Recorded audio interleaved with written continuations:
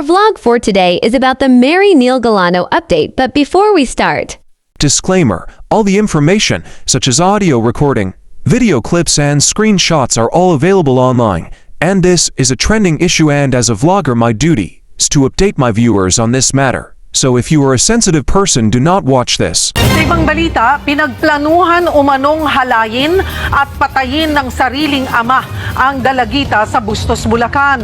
Bago raw kasi ang krimen ay nagkatampuhan ang mag-ama dahil nakipagkita ang biktima sa kasintahan nito. Live mula sa Bustos, Bulacan, nag-uulat si Gary De Leon. Gary, ano ang update dyan? Cheryl, case closed na ang kaso at dahil nasa advanced stage of decomposition na rin ang bangkay ng 17 anyos na dalagitang si Mary Galliano, agad na itong ipinalibing matapos ma-autopsy. Sa bakanteng lote na yan, natagpuan ng biktima noong April 18. Ayon sa ina ng biktima, April 11 na magpaalam si Mary na pupunta sa bahay ng kanyang kapatid. Pero hindi nito nakabalik. Agad daw nilang hinanap ang dalagita hanggang sa mismong ang tatay ni Mary ang nagbalita na nakita na niya ang nawawalang anak. Pakinggan natin ang pahayag ng ina ng biktima. Pumunta daw siya sa lugar na yon, sabi niya sa polis, pumunta daw siya sa lugar na yon, ikot daw siya doon, ikot daw siya sa ganyan, hanggang sa daw hinatak daw yung paa niya nung anak niya. Pero na magsagawa ng hot pursuit operation at mahuli ang isa sa mga suspect na siyang kumanta, dito na nadiskubre na 4 ang nasa likod ng karumal-dumal na krimen, kabilang na ang tatay ng biktima. Kwento ng ina ng biktima, matagal na silang hiwalay ng mister dahil nakulong ito dahil sa illegal na droga. Katunayan, kakalaya lang ng suspect noong Oktubre ng nakaraang taon. Ngayong buwan lang sila umuwi sa bahay ng suspect sa Bulacan dahil sa mismong hiling na rin ng biktima. Pakinggan natin ang pahayag ng ina ng biktima. Wala naman po akong ibang gusto kundi mabuo yung pamilya ko eh. Kaya po pinipili namin mag-iina na makasama pa rin siya dahil mahal siya ng mga anak niya. Pero hindi ko akalain na kaya niyang gawin talaga sa anak namin yun.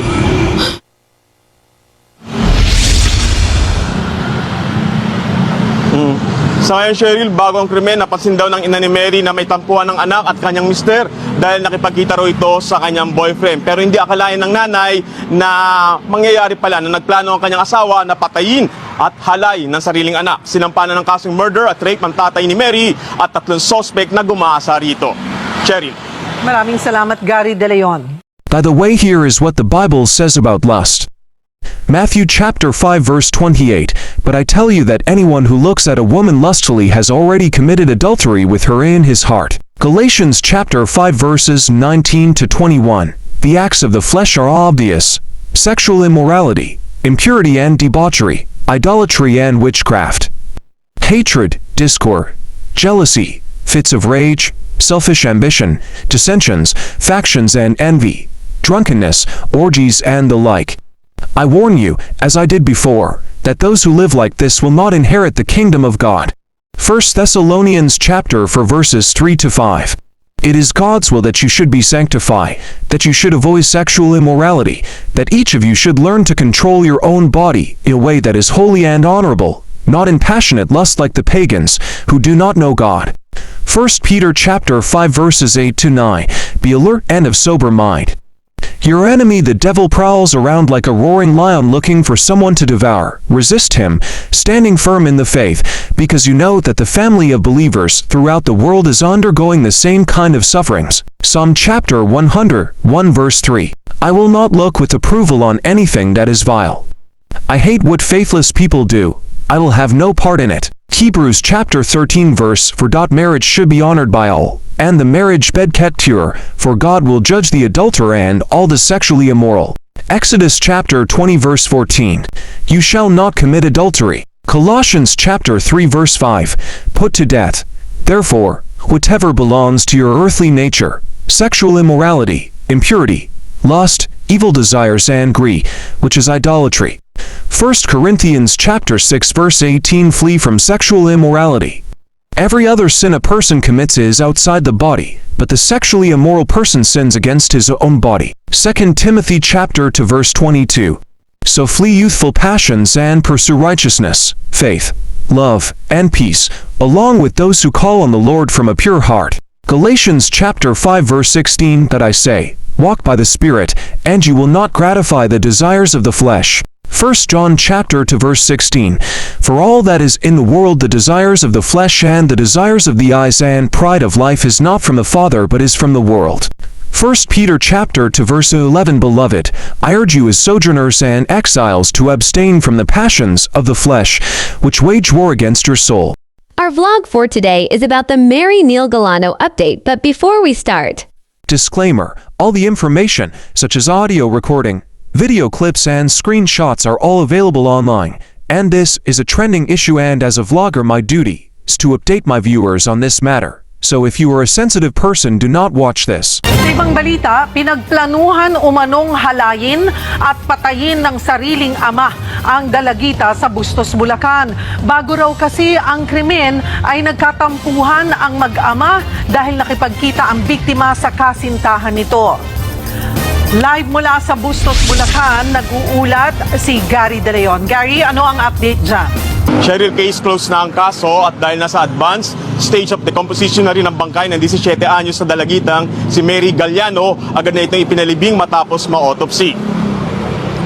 Sa bakanting lote na yan, natagpuan ng biktima noong April 18. Ayon sa ina ng biktima, April 11 na magpaalam si Mary na pupunta sa bahay ng kanyang kapatid. Pero hindi nito nakabalik. Agad daw nilang hinanap ang dalagita hanggang sa mismong ang tatay ni Mary ang nagbalita na nakita na niya ang nawawalang anak. Pakinggan natin ang pahayag ng ina ng biktima. Pumunta daw siya sa lugar na yon, sabi niya sa polis, pumunta daw siya sa lugar na yon, ikot daw siya doon, ikot daw siya sa ganyan, hanggang sa daw, hinatak daw yung paa niya nung anak niya. Pero nang magsagawa ng hot pursuit operation at mahuli ang isa sa mga suspect na siyang kumanta, dito na nadiskubre na 4 ang nasa likod ng karumal-dumal na krimen, kabilang na ang tatay ng biktima. Kwento ng ina ng biktima, matagal na silang hiwalay ng mister dahil nakulong ito dahil sa illegal na droga. Katunayan, kakalaya lang ng suspect noong Oktubre ng nakaraang taon. Ngayong buwan lang sila umuwi sa bahay ng suspect sa Bulacan dahil sa mismong hiling na rin ng biktima. Pakinggan natin ang pahayag ng ina ng biktima. Wala naman po akong ibang gusto kundi mabuo yung pamilya ko eh. Kaya po pinipili namin mag-iina na makasama pa rin siya dahil mahal siya ng mga anak niya. Pero hindi ko akalain na kaya niyang gawin talaga sa anak namin yun.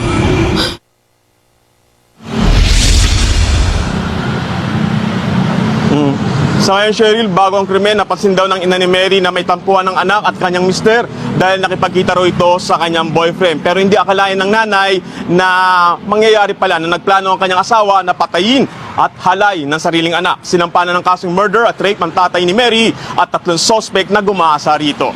Cheryl. Maraming salamat, Gary De Leon.